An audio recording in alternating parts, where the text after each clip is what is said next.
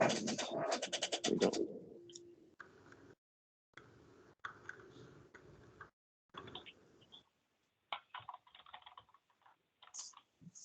All right, there we go.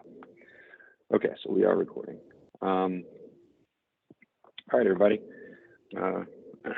Welcome to today's presentation. Appreciate everybody joining in. Thank you to our speakers for volunteering their time today.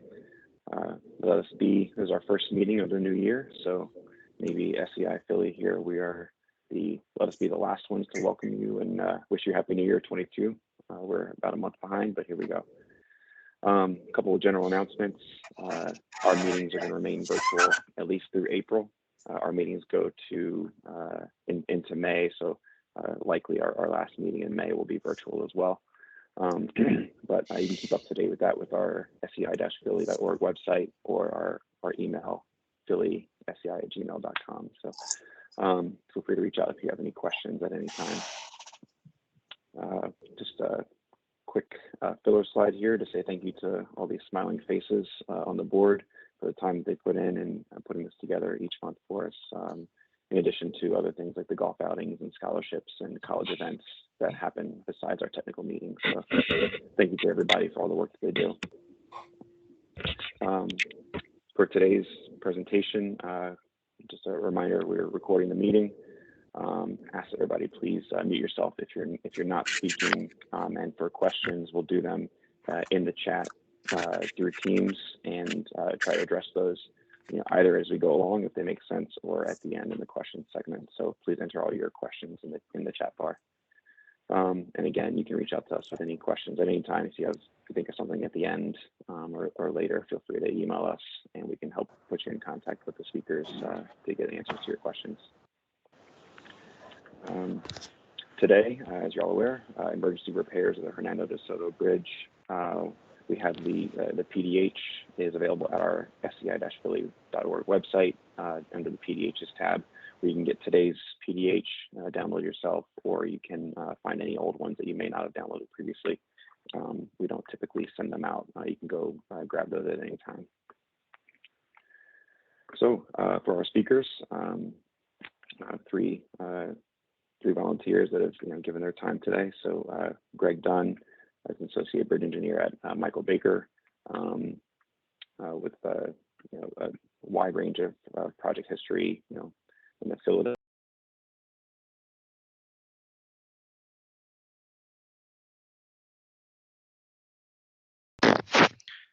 You hit mute, James.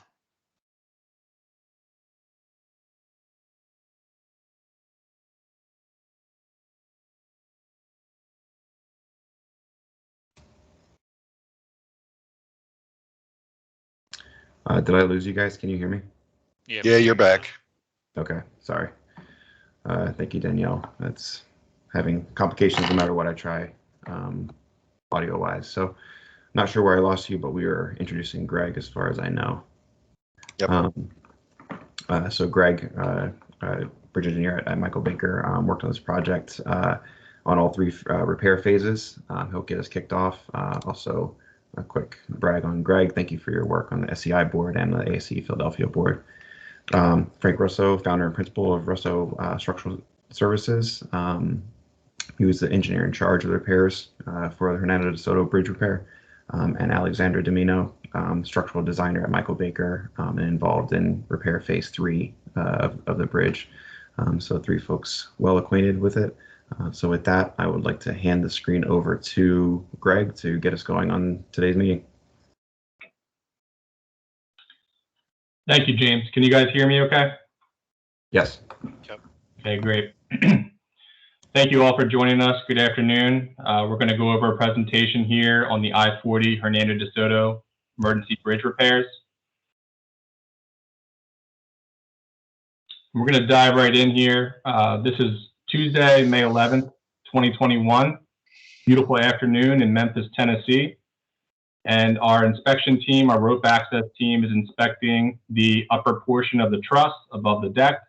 And one of our inspectors just happens to look over the side of the bridge and sees an enormous fracture in the tie girder. So what goes through your head? Well, if you're Fred Harper, our MBIS inspector, out there who saw this first, you take quick and decisive action. You recognize the criticality of the find, given the non-redundancy nature of the tied arch system. You alert your team to the situation and quickly ask them to remove themselves from the top of the truss. You notify your client, and you quickly close the bridge. And I think many of us have already heard the 911 calls where the chaos ensued. Here's our agenda and our speakers for today. We're going to start off with Frank Russo to talk about the immediate response and the modeling and analysis that followed shortly thereafter. I'm going to talk about the phase 1 repair, the post-tensioning, and the phase 2 repairs. Alex will follow us up with the phase 3 repairs. Frank will talk about the forensic analysis that was released in November, and I will close it out with the lessons learned. Just to give a brief history of the bridge connects Memphis, Tennessee with West Memphis, Arkansas. The bridge is named after a 16th century Spanish explorer named Hernando De Soto, who explored this region of the Mississippi River and reportedly died just south of Memphis. The bridge was opened back in August of 1973. It was originally anticipated to cost only $12 million. However, the final cost was approximately $57 million. The bridge, interestingly enough, is maintained by both Arkansas and Tennessee. Arkansas is the lead agency for the inspection, and Tennessee DOT is the lead agency for the maintenance and the construction. The bridge is a 2-span continuous tied arch with 900-foot spans, originally designed by Hazlitt and Ertl. The bridge is very significant to both regional and national commerce and is only one of 4 interstates across the lower Mississippi. The bridge has an ADT of approximately 60,000 vehicles per day. The bridge is located in the New Madrid seismic zone, and since the year 2000, over $240 million have been invested in this crossing to improve resiliency to earthquakes. Now I'm going to pass it to Frank, who's going to discuss the immediate response after discovering the fracture. Thanks, Greg.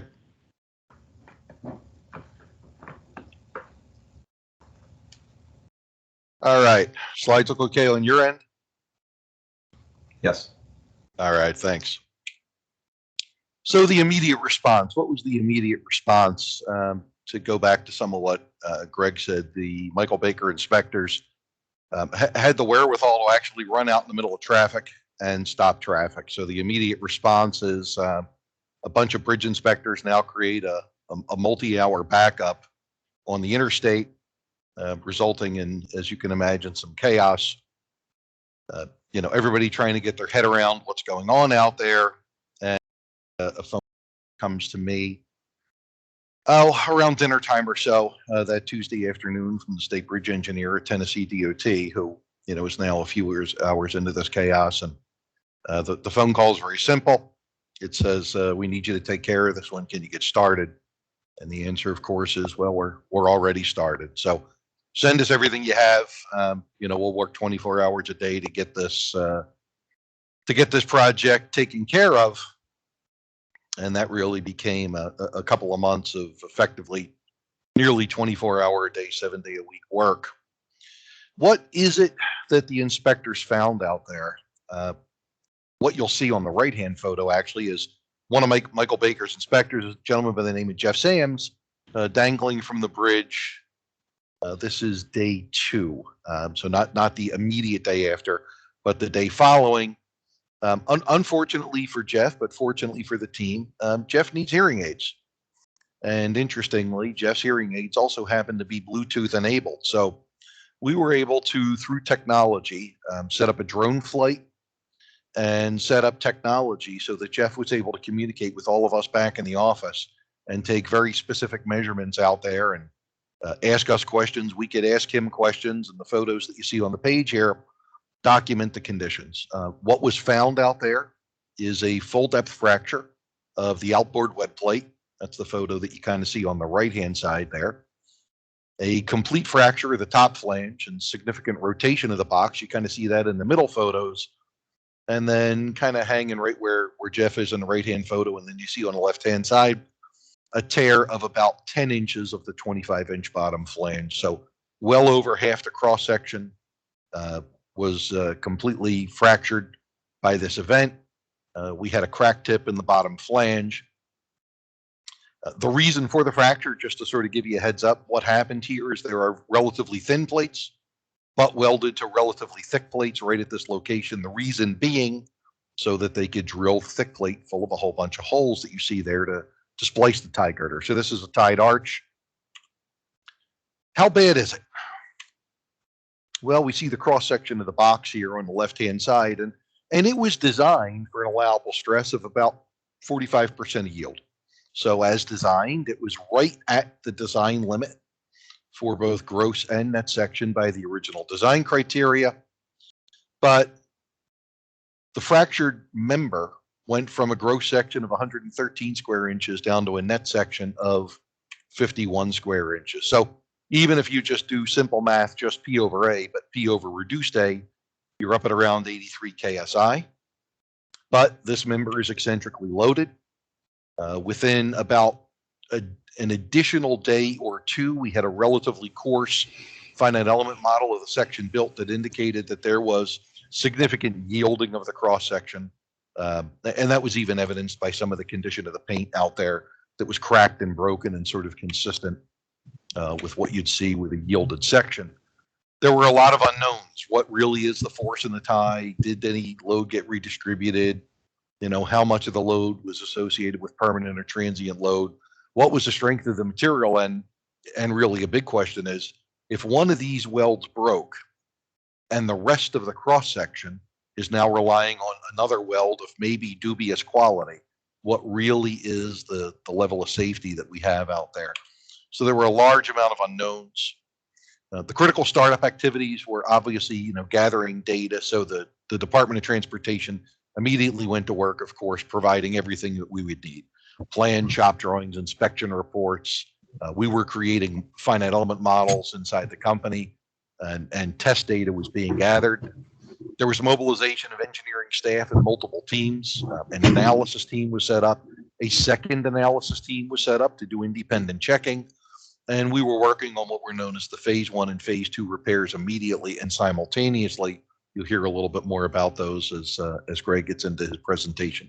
And then, of course, lots of other activities. Need for project management, constant communications, meetings. There was even a Bim model set up for the project, which actually turned out to be very helpful to help with clash detection, to help in everybody understanding what the nature of the repairs would be, and even for public information purposes. The owners being Tennessee and Arkansas Department of Transportation. Again, let's remember the fracture was discovered on May 11th. By May 14th, we had tentative design plans in their hands for what was known as phase 1. And they advertised a CMGC, Construction Manager General Contractor, selection process contract on the 14th. Contractors were given the weekend to visit the site. Bids were due that Monday morning. The selection of the CMGC, which turned out to be Kiewit Infrastructure Group, was qualifications based on related project experience, availability of team equipment, and their approach to repair, in particular their approach to safety for the project. Again, it was qualifications based. It wasn't awarded to low bidder. The phase 1 work was based on force account. They were paid time and materials, and then the additional work was negotiated between Kiewit and the Department's Transportation. Kiewit was awarded the contract Monday, May 17th. So let's just start with some of the modeling and analysis that kind of began. We began the project with a relatively simple two-dimensional finite element model, knowing that we could sort of extrude and extend that model into the third dimension as needed. That first 2D finite element model was available the day after the fracture. So by May 12th, we had a 2D finite element model up and running with member force results that agreed miraculously, almost perfectly, with what was on the original design plans. Knowing that we had good excellent agreement with the 2D model, that was eventually extended to 3D. And then we had to take into account all the things that have happened to this bridge since the 1970s. Greg had mentioned a seismic retrofit project. Much of that was devoted to the substructures, but a fair amount of additional steel changes in members had occurred to this bridge over time. We had to pick all of that up, of course, and figure out the implications on the model. One of the big questions, of course, was where did the load go? You know, there was some thought originally that maybe that load had gotten redistributed. In the end, we are of the opinion that sort of, unfortunately for the bridge, the load didn't really go anywhere. The load stayed in that fractured member. There's no evidence of load redistribution in this structure whatsoever. But we were looking at what would happen if the tie would eventually break. And the good news is it didn't, because there really is not a robust load path for where 4,500 kips of dead load alone is going to go if the tie fractures.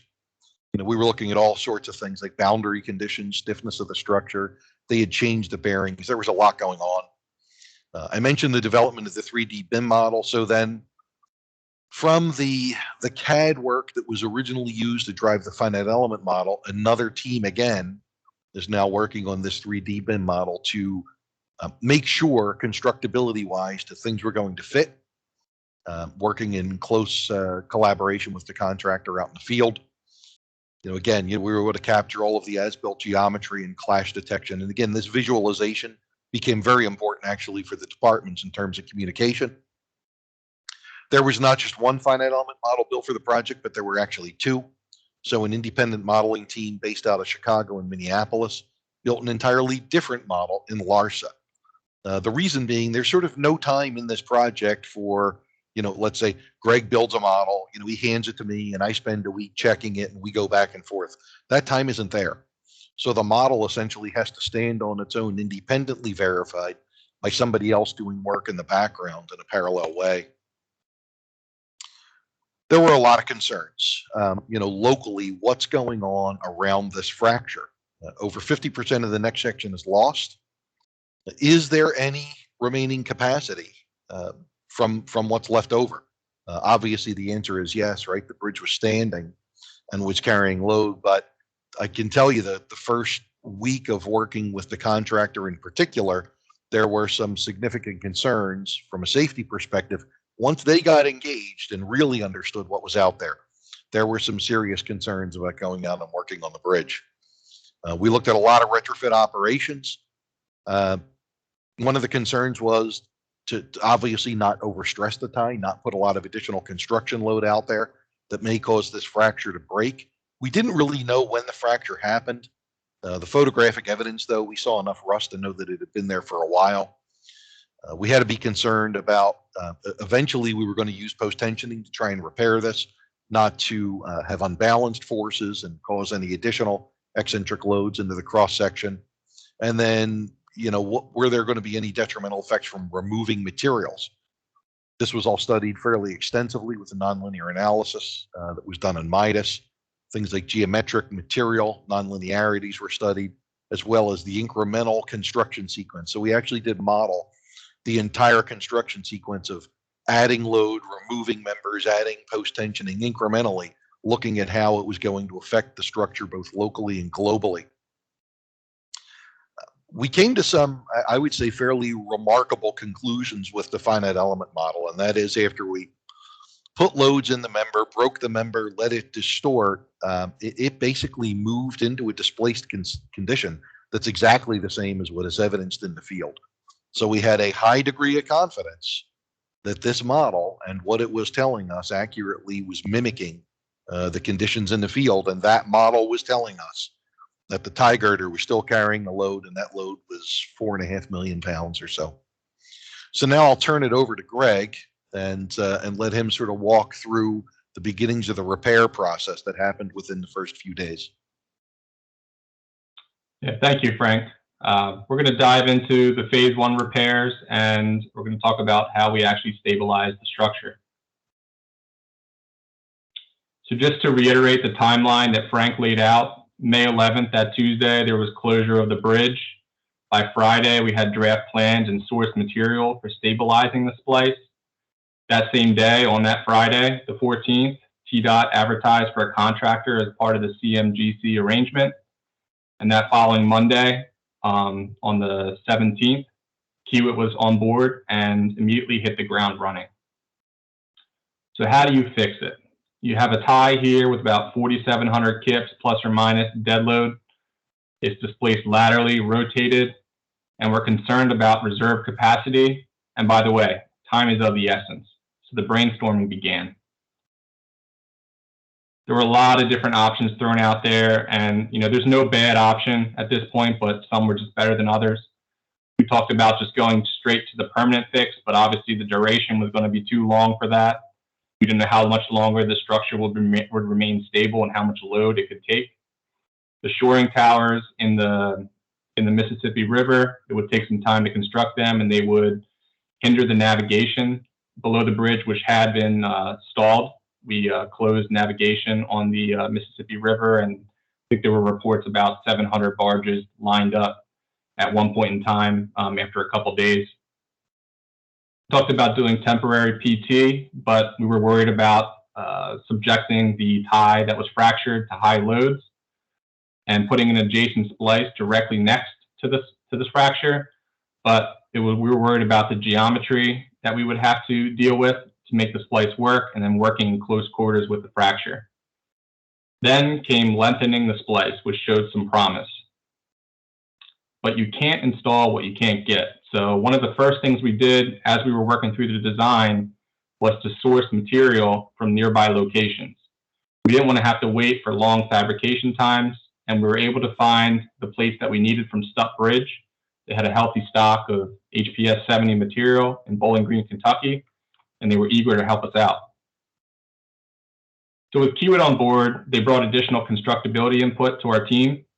They also brought an appreciation for the risks that were involved and helped the project team identify and reduce risks. One of those initial concerns was working immediately adjacent to the splice, as we talked about the adjacent splice option. And from day one of the project, everyone was a little bit uneasy about taking apart those connections and performing work immediately adjacent to the fracture. So we started talking about options to move the splices as far away from the disturbed region as possible. So the team took this new direction and put it into action, and revised plans were released for fabrication the next day. And from this view here on the screen, you can see our Bim model. You can get a sense of how much the splice length was increased. And right in the middle, that middle floor beam, right to the right of that, that's where the fracture had occurred. So fabrication began just about 10 days after the discovery. Stuff worked around the clock for us, cutting plates, pre-drilling holes. The shop drawings were created and approved on 5/20, and fabrication began that day after. And Tennessee DOT picked up the plates and delivered them on that Saturday on 5/22. The trucks had to come from the west because of the fracture occurred on the east end of the bridge. They used a chainfall system to move the plates into location on span 2 into place. And during phase 1, the loads were limited to about 80,000 pounds total. And no work was performed from the river because Kiewit proposed a chainfall system to allow us to work from underneath the bridge. And the installation was completed on May 25th, just 2 weeks after the initial discovery. So here's some close-up photos of the actual stabilization. What we did was we added the splice. We had to add fill plates just because of the offset geometry from the fracture that occurred. We had to cut the floor beam web for the inboard plate to allow it to pass through the floor beam at T22, I'm sorry. We anchored the plate beyond the girder twist just to make sure we're out of the region where there was additional load. And we had its stiffening tees that are shown in the bottom photo. These were added to counter the eccentric moment caused by the offset connections, since the inboard plate could not be fabricated to the same length as the outboard. So now we have the structure stable, and we got to start thinking about the long-term remediation of the fractured section. But as Frank mentioned, phase 1 and phase 2 were going on concurrently, and that very night on May 11th, we started thinking of plans to do the actual proposed final repair. So our task was to preserve the existing capacity of the tie. And as Frank mentioned, we had very thin sections between the connections, and this posed a very big challenge. At the connections, the plates were upsized from about 1 3/8 to 2 1/4 to account for the net section reduction at the connections near the floor beams. This meant that the permanent repairs would have to utilize the existing connection as much as possible to avoid weakening the tie. Understanding this, we started thinking about unloading the tie using post-tensioning. But how exactly will we do it? We looked at bars from the sides, the top, the bottom. We looked at multiple strands versus bar applications and multiple methods of jacking. But everything led back to us going back through the webs and those existing connections to make it work. Because of the net section issues with the member and the desire to restore full capacity of the tie, the initial thought was to replace one field segment, which was about 75 feet of tie. However, that snowballed because we had to tie back into the existing connections because of the net section issues. In place, a tie replacement came with a lot of risks, and ultimately it was abandoned in favor of adding just redundant plating. And that plating was designed to carry the full dead sign load. So this is a picture of the length of the plating that we were talking about here. L24 is at the pier, and then you go over 3 or 4 panel points, about 150 feet to get you back to T20. The fracture is right where the workers are out there near that middle floor beam. So we wanted to get as much load as possible out of this tie so that the strengthening plates could act compositely with the existing section to remain. The final post-tensioning system was designed to carry, as we said, about twice the dead load, and we were going to use incremental jacking with 4 rods stressed simultaneously to concentrically unload the tie. A 3D microstation model was developed from the original shop drawings and seismic retrofit drawings that allowed us to see interferences and understand how this was actually going to be constructed. The complex 3D model was exported to Lumen RT for rendering to convey the concept to owners, stakeholders, and the public media. So here are some pictures from the construction and a couple of the terms and items that were used. We have the anchor plate and the whalers. Those transfer the post-tensioning force from the bars into the weldment. The weldment then transfers the post-tensioning force from the existing splice location. And the pile struts kept everything square and prevented buckling and distortion of the box. This is like what I call ground zero. This is where the jacking occurred, which was just beyond L24 in the other span. The stressing was performed by DSI utilizing their standard jacks. We had 4 900 kip jacks using a concentric arrangement at the anchorages, and the loads were monitored to keep within specified tolerances. So Kiewit worked with DSI and Wish Janey Associates to develop a comprehensive monitoring plan based on the parameters we needed to monitor. In addition to the members within the PT region and the PT bars themselves, we also monitored some immediately adjacent to the PT operations. And I want to introduce you to a term called drag force. Drag force is a consequence of the post-tensioning operation, and it's the accumulation of the additional forces in the members outside of the post-tensioning operations. It's basically the post-tensioning pulling the bridge along with it as you're trying to extract load and compress the existing tie. So for us, the stiffness of the structure from the existing piers, truss arch rib, deck, stringers, lateral bracing, those were causing the load to be shed into the rest of the structure. Initially, we were talking about a probable tension outside of the tie, which was going to receive the plating. Something in the order of magnitude, something that one had seen. So we talked about using half the live load plus temperature loads, or 2/3 the live load plus half temperature, and put us in the neighborhood of about 600 to 700 kips. And then we added an allowance of about 100 kips in there to allow for construction and inspection live load. So we were monitoring these tension forces just beyond the anchorage at T20. And during the post-tensioning operations, we had 2 teams working around the clock. We had myself out there in Memphis, Aaron Stover, Jason Stiff, Joe Salvadori, and Doug.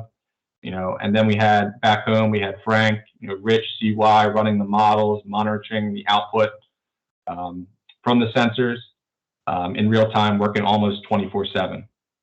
And we had a computer set up on the deck, which streamed to the website, which could be easily monitored in real time. So the stressing operation started on Father's Day, which was June 20th, and was completed within 2 days on June 22nd, once we encroached our drag force limit with over 1 million pounds of force removed out of the tie. On day 2 of the stressing, at about 20% of the target stressing load, the fracture was removed, which gave us our first real glimpse of the culprit.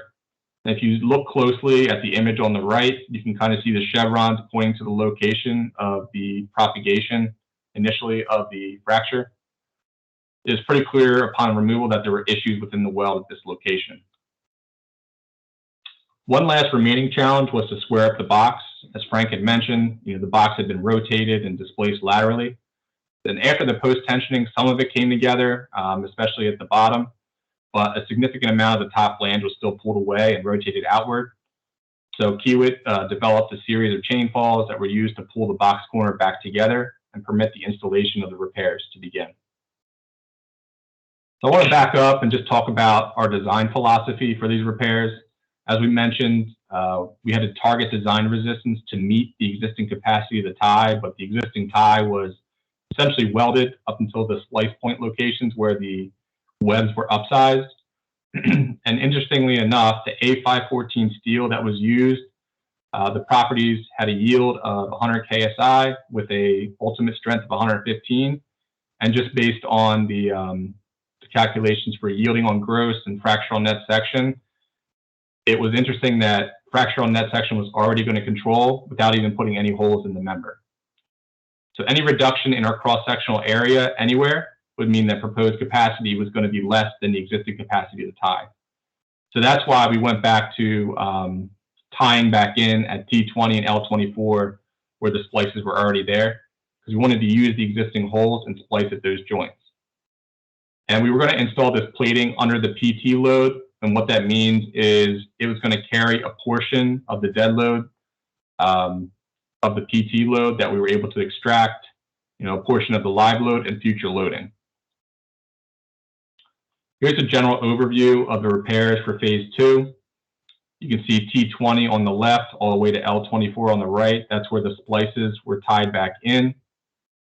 T21 and T23 were spliced over. There was a lot of field drilling in this location because there really weren't any holes at this location initially. There were a lot of conflicts, especially on the inside with the floor beams, the gussets, the lateral braces that had to be cut. And we had to add a lot of hand holes to the top flange to allow access for iron workers to get in there and install the bolts. Here's a close-up of the plating at T20. L24 is similar. Our structural plate butts up against the existing splice with the splice plate stacked on top. The inboard side required modifications to the gusset plate connections and the lateral gussets. We actually removed those to permit installation of the inboard splice plate. The bolts were extended along the length of the tie, about 7 inches for sealing. And the photo on the right shows installation of the plates at T20. And I like this photo because it shows all the drift pins that were needed to hold the splice together as you're pulling the bolts out and putting new bolts in, because you wanted to keep everything lined up. Here's an image of T21, which is similar to T23, the odd joints. Here, the structural plate stops at the center line of the joint, and the splice plate is added to carry the load across the joint. The inboard floor beam needed to be cut to allow the splice plate to pass through, and a new complex connection plate was added since the existing connection was plate welded. Again, we added hand holes here to aid the bolt installation. And this is what I call the grand finale. At T22, you have your fracture just to the right of the center line of T22. The hatched area indicates the location of the fracture and the portion of the tie girder that we removed.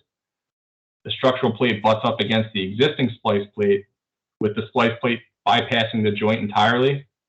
And due to the fracture of the flanges, we added flange splices here as well to meet the capacity of the existing flange. And a summary of phase 2 is we had the plates fabricated by W&W APCO in Little Rock, Arkansas. We used grade 70 material with A325 bolts. In total, there was about 108,000 pounds of steel. We utilized partial submittals and approvals for speed of fabrication. It was often funny because as we were approving shop drawings, it was, the plates were being delivered to the site, and that's how fast we were working. But we were working very close with the fabricators in order to do that. And the last plate was installed and torqued on Saturday, July 2nd, followed shortly by removal of the post-tensioning system. So now we have the long-term repairs on the structure, but what about the other portions of the bridge? I'm going to pass it now to Alex to talk about the phase 3 repairs. Thanks, Greg. So phase 3 really began towards the end of May, and it occurred simultaneously to part of phase 2. And really what phase 3 was about, it was about inspecting other welds along the bridge. We knew that there was potential for similar defects to that occurred at T22 that Greg talked about in phase 2 to occur on other areas of the bridge, mainly because it was designed and fabricated all by the same people. So phase 3 was really about analyzing additional welds along the bridge to see if there was potential for other defects to be present. So with that, approximately 500 additional welds were inspected, and of those 500 welds, 46 of them were found to have defects that needed to be analyzed for phase 3. And with that, just to hit on some of the inspection methods that we used for phase 3, we really looked at our eddy current test, our mag particle test, as well as our phased array ultrasonic testing. So once we figured out where exactly we needed to look, what welds had defects, we could move on to our design philosophy. So the debate continued about our target design resistance and what exactly we were going to do about that.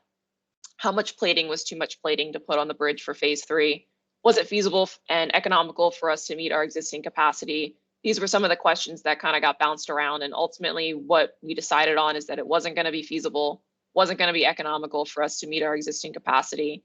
So what we did is we landed on our Extreme 1 50% live load and Strength 1 load combination for our modern LRFD loading, and essentially it was going to be effective only for our future loading on the bridge or if there was additional fractures that would occur. And one of the main things for phase 3 that we wanted to take into consideration was being able to standardize it for present and for future, which is ultimately what we ended up doing.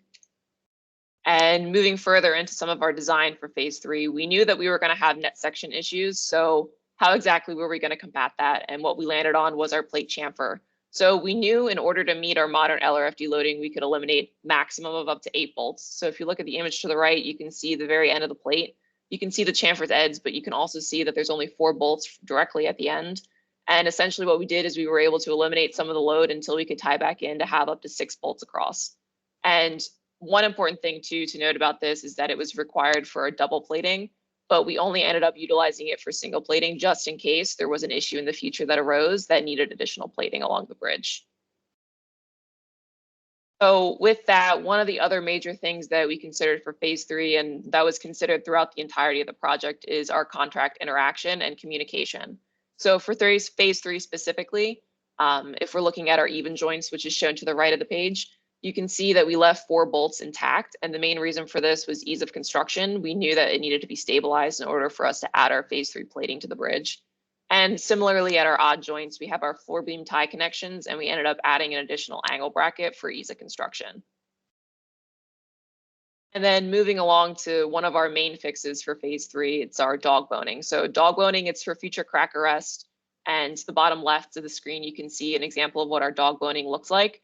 And the best way that I can describe it is imagine you have a crack in one of your webs, and essentially what you're going to do is you're going to install your dog bone in the top and the bottom flange at the location where the defect is.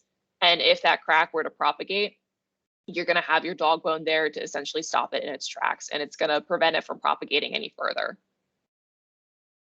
And so that was one of the main fixes that we ended up doing for phase 3. And we did that in 17 locations along the bridge for our plating with dog bone. And it should be noted too with that is that it wasn't just a one size fits all type of deal. We actually had 6 different types that 6 different repairs that we used for that. So it kind of depended if it was going to be at an even or an odd joint, but it also depended if it was going to be inboard or outboard, and if we were going to do singular or double plating for those areas. So moving on, then we have our core and plate, which we did in 8 locations, and coring and plating, it was done for more moderate defects. So these would be defects up to 2.5 inches in length. And finally, we did grinding, which we did in 21 locations. And this was really only for shallow surface indications. It wasn't for anything serious. And then moving on to our overall summary. So we can see the areas in blue, which represent the areas that we ended up plating. And we can also see a few areas in red, which indicate the areas that we ended up coring. And if we look at the bottom image, we can see the very top arch that there was one area where we ended up having to core. And moving on, these are just some images from our fabrication. The image to the right, I think it's a great picture to see our plate chamfers. You can really see the edges there and the plate as a whole. And then moving on to our installation, You can see to the left our odd joint plating, and our odd joint plating, it extended past our floor beams, whereas the image to the right shows our even joint plating, and our even joint ties into our floor beams and connects back into the existing bolt structure. So overall, it was an 83-day closure, and it ended up opening back up to eastbound traffic on July 31st. And shortly after, our westbound traffic opened up on August 2nd. And this picture is also a great representation of our phase 2 plating. You can see how it seamlessly ties into the girder as a whole. And with that, I'm going to pass it back to Frank, who's going to go over our forensic evaluation.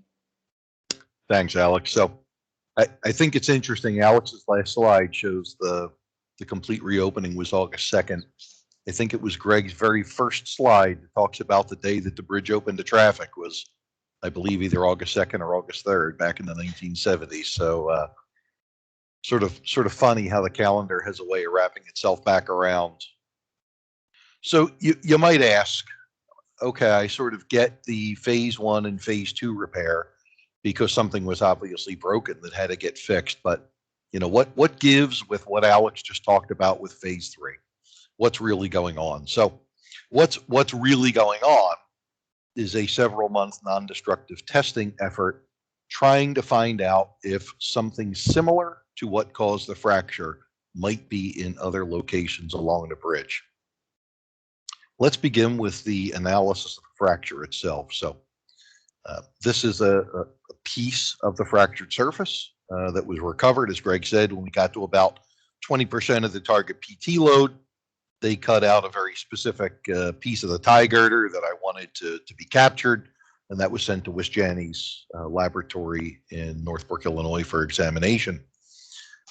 Recall there is a relatively thin plate, 1 3/8 that butt welds up to a 2 1/4 plate, and it's in that weld transition region where we had the problems. You can get a sense of the thick plate at the bottom on the left-hand photo, the thinner plate at the top, the weld region, and then the fracture surface. The fracture surface essentially being at the boundary. You can see some indications on the left-hand photo of mag particle filings in the cracks. On the right-hand side there, you really see them pop up.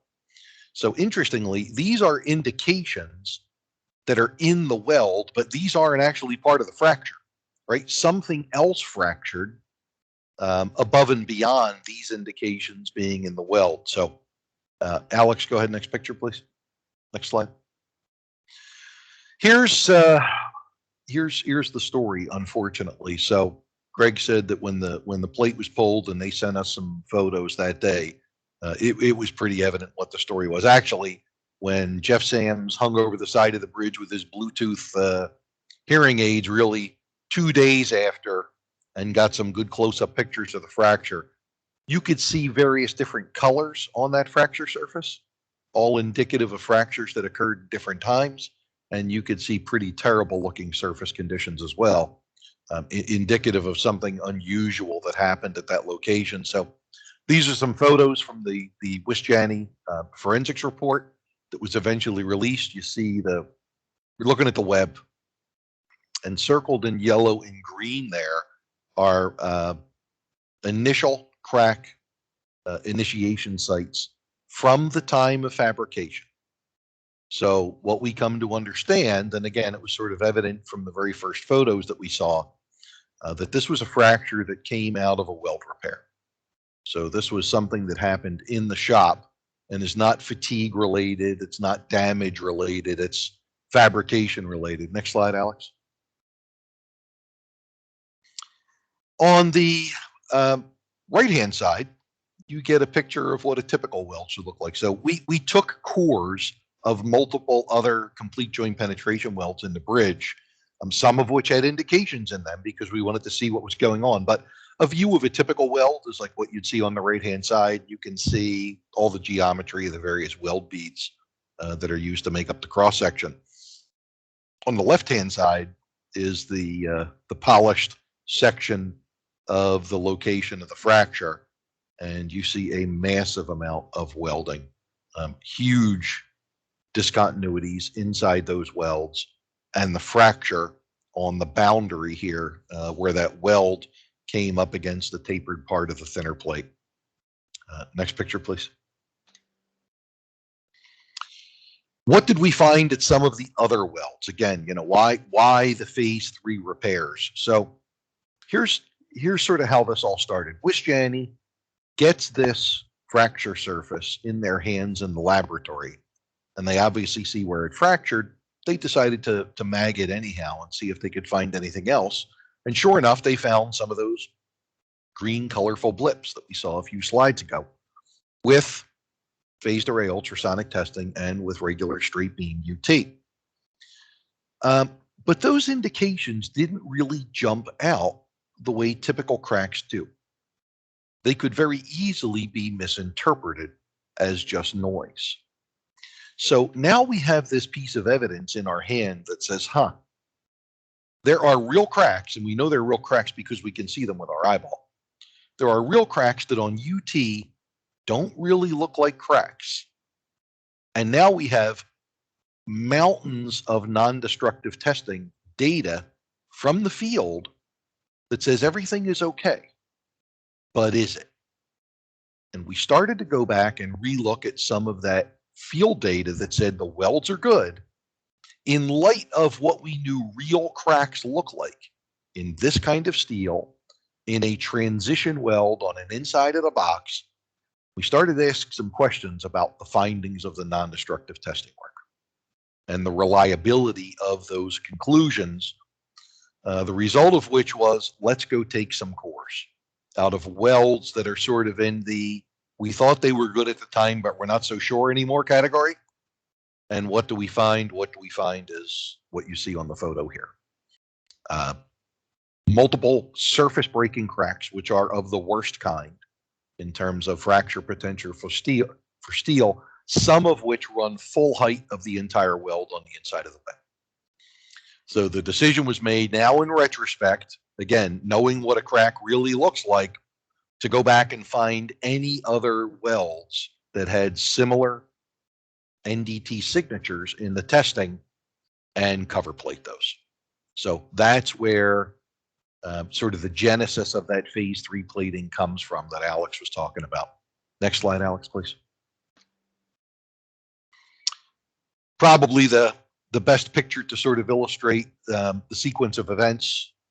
So the giant yellow crack that you see in cross section, and then it's kind of like flipped upside down and rotated on the right hand side. So you kind of got to match the colors up. But the yellow region is the quote unquote weld repair, right? That giant region was a zone of discontinuity. And the green is associated with it as an additional pre-existing crack. So the best way of describing this is they found a quote unquote defect.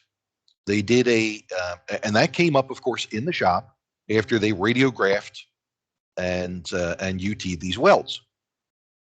They did a weld repair, and I like to say it's sort of an insult to weld repairs to call this a weld repair, but they did a weld repair, and my supposition is that the weld repair was never inspected because this box was fractured in the shop before it ever left service. But neither the yellow nor the green ever broke through the outside surface of the web, so you would never see them. You wouldn't have known they were there unless you did a decent job, again, of inspecting this weld or climbed inside the box, but you would never see it. So the yellow and the green have been there since the 1970s. Over time, again, due to sort of the poor character of some of this weld material in this particular weld, probably due to low temperature, the green and the yellow joined up to make the blue, but again, still not yet breaking the surface. And then finally, we get, a surface breaking crack, which is kind of the orange. So that orange fracture, which took out, let's see, 3/4 of the web and the bottom flange, we now know anecdotally from, interestingly, just civilians that, float down the river on kayaks and somebody on a booze cruise, taking pictures of the bridge. We now know anecdotally that orange crack has been there since, I believe, 2015.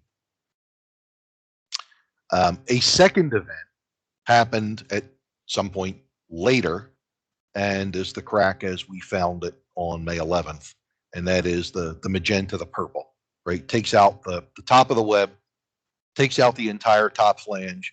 Was it not for a relatively poor quality longitudinal weld between the top cover plate and the other web, could have propagated into the other web and taken out the whole cross section. We sort of got lucky that it ran into a bad weld, and the top flange tore itself off of the inside web for a length of about 10 feet and drove all the energy out of the system, and that's kind of where it stopped. So that's sort of the forensics, right? That's the story about why this weld fractured and kind of how we got to all of those additional phase 3 plates. Alex, next. So Greg, back over to you then for final closing comments. Yeah, thank you, Frank. It's always interesting to hear the story about the fracture, and no matter how many times I hear that. Next slide, Alex. We're going to talk about the lessons learned from the project. Obviously, there was an extensive amount of collaboration from many different parties, the contractor, the owners, the designers. We were under an immense amount of pressure, but we all had the same goal in mind, to safely reopen the bridge. Projects like this have an extraordinary levels of communication, and you have to accept that and plan for it. And the best lesson was TDOT's decision to use the CMGC process, as it really helped the success of the project. CMGC is a very good method for expedited rehabilitation of major structures because of the extensive collaboration that is fostered, between the designer, contractor, and the owners. Next slide. And just to give some quick stats on the project, the total cost was about $9.7 million for all 3 phases. There was over 200,000 pounds of steel that was used, approximately 9,000 bolts, 1.2 million pounds of tension were removed from that existing tie, and over 1,200 feet of welds were inspected as a result of phase 3. That concludes our presentation, and at this time, we will accept any questions that you may have. All right, thank you guys. We don't have any questions in the chat right now. We'll give people a minute to type them in. A couple that I came to mind for me. If the crack was seen in the background of photos since 2015, why wasn't that picked up in any of the previous regular bridge inspections? Greg, you want me to take it? You can take it. Yeah, you don't work for us anymore, so that's right. So what you'll find if you scour the news is that the inspector who works for the Arkansas Department of Transportation, whose responsibility is to do the fracture critical inspection of the tie girder, let's say kindly has been relieved of his duties, or more bluntly has been fired for never actually doing the job. As the story goes, apparently they drove the snooper down one side of the bridge, and with the bucket truck extended under the bridge, we're able to see the inside of the tie girder, which of course we know wasn't fractured. Concluded that everything was good, and essentially falsified or turned in incomplete inspection reports multiple cycles in a row. The inspection contract that Michael Baker had was specifically just for the upper rib, right? So although we had been out there multiple times, we weren't out there to look at the tie girder. And we weren't out there to look at the tie girder this time either. It just so happened that Fred Harper, that you heard Greg mention, sort of peeked his head over the, whatever, wanted to take a look down the length of the tie girder, wanted to look at the river. Maybe there was a boat going underneath, who knows, saw the fracture, and sort of couldn't believe his eyes, asked for the people flying the drones who were up there to take footage of the rib to fly down to the tie girder and say, hey, are we really seeing what we're seeing? And then it all began. Okay. My computer appears to have frozen. Can you still hear me? Yeah, I hear you, and I see the questions in the chat as well. Okay. So yeah, so that one from Mike Urban there, outside the fracture instrumentation, and also in addition to that, any increased inspection requirements moving forward. So any additional instrumentation for fatigue, like most long span structures, the live load forces are actually fairly trivial on the structure. There's no evidence whatsoever that fatigue had anything to do with this crack, or fatigue has anything to do with any other problems on this bridge. This is really a consequence of high sustained load, poor weld, and probably low temperature that contributed to this is brittle fracture. This has nothing to do with fatigue that eventually grows into a brittle fracture.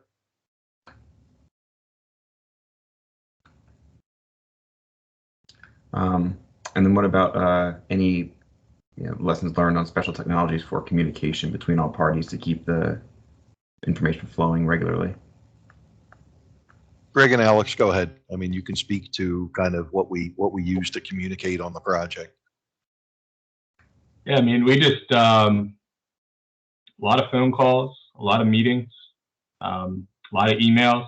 Always being ready by your phone, 24/7. We lived on Microsoft Teams, right? I mean, we just sat here and stared at the computer and waited for someone else to call us. We sure did. The one thing that I was introduced to that I use on a regular basis now is Bluebeam studio sessions, where multiple people can view the same document and mark things up concurrently. That's how we did the shop drawing reviews so fast. Literally, we would turn around shop drawings within a couple of hours. We would do 2 independent design reviews concurrently, and then the 2 reviewers would talk and then give the information to one of the managers, and then that information would be sent back almost immediately, and we would follow up with a meeting. So it was just an extraordinary amount of communication. How about Alex? Anything stand out to you? I feel like you kind of hit on all of them. I mean, I know for me, for phase 3, it was really just Teams, messaging, calling, that sort of thing. I see one question here, James, I do want to take from Nikki about 4,500 kips in the dead load, and then Greg talked about, we were only able to extract about 1.2 million, about 1,200 kips out of that. So what gives? Greg mentioned an important term, and he called it the drag force. So the best way I can describe this is, let's say that we took a 2x4 and went and laid it down on the driveway, and we just tried to squeeze a piece of the 2x4. So we could compress a piece of the 2x4, but everything outside of the region we're squeezing would be unstressed, right? Would just sort of go along for the ride. Here, we're trying to put a couple of million pounds, theoretically, into this tie girder to detension it, but outside of the region that we're trying to compress, the tie girder is intact and is connected to hundreds of feet of other parts of the bridge that have all sorts of stiffnesses. And so the concern wasn't really, could we get, well, there were 2 concerns, right? We wanted to make sure that we could detension enough of the tie so that we could then comfortably add the additional plates. And then when the whole thing rebounds, it goes into a state of stress that we're comfortable with. At the same time, we're trying to make sure that that drag force didn't get too high, because we didn't want to get to the place where the tension that we were creating trying to fix the bridge broke something else. So we were monitoring the tension that we were inducing in the tie outside of the stressing region.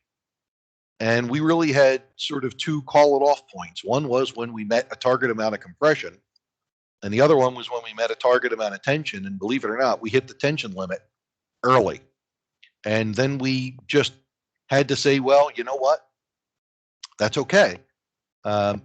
Because we're putting on all this additional plate. And when we take off the PT and the section rebounds, the redistributed state of stresses will be such that we still have plenty of capacity. So that's kind of the story behind, how much effective detensioning we had and sort of why we got to where we got. Yeah, and you have to remember too, we were targeting the existing capacity of the member, which was more than enough, for modern day LRFD loading. So while maybe we didn't get as far as we wanted to, with the post tensioning, we did a very good job removing about, 1.2 million pounds, out of that tie. So to help, as Frank said, redistribute some of the loads. Jack, I see a question for you about what actions are owners taking. I know there are some owners on this phone call. They are now the recipients of a requirement from FHWA as of a couple of weeks ago to go through their entire inventory of fracture critical bridges and prove that they have clean NDE test results from either the field or from the shop, certifying that anything that was fabricated I think it was pre 1978, which was when the first edition of the fracture control plan came into the specs. They've got to certify that they've got a clean bill of health on all the welds on those structures. And if not, they have until, I think it's 2024 or 2025 to go out and do a complete field inspection and non-destructively test all those welds.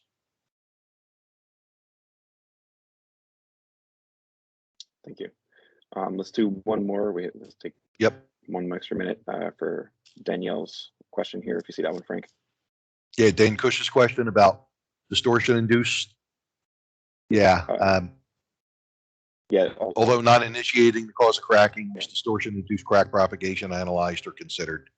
Dan, it wasn't analyzed or considered because the situation is plainly obvious what happened here.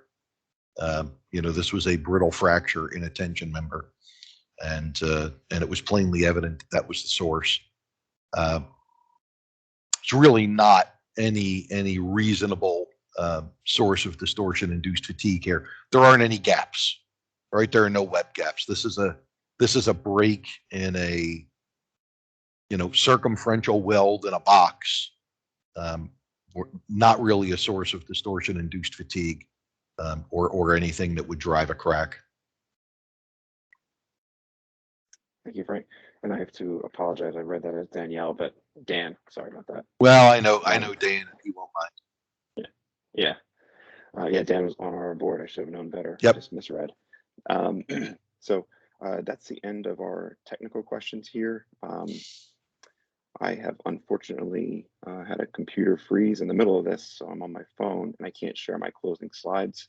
But I do see Danielle Schroeder did ask for a PDH link. I see that in the chat is the link provided, so it should be updated any minute here to go in and get the PDH from this meeting today. I see. So with that, a couple minutes over. Thank you everybody for your time and joining us today. Frank, Alex, Greg, thank you for a really great presentation and successful. Congratulations on all your efforts here. And just to close out for SEI, we have our events, our schedule. I would like to show it to you, but can't. Our next meeting will be a joint meeting with DVGI on February 15th. We have a couple meetings coming up in March and April. It's on our website. And we're also planning a golf outing in April or May. So keep an eye on your emails. All those things will come out once IT issues are resolved. Thanks, so with that, thank you everybody for your time, and thank you for the presentation. Thanks everybody, appreciate it. Yeah, thanks. Take care. Take care, bye-bye.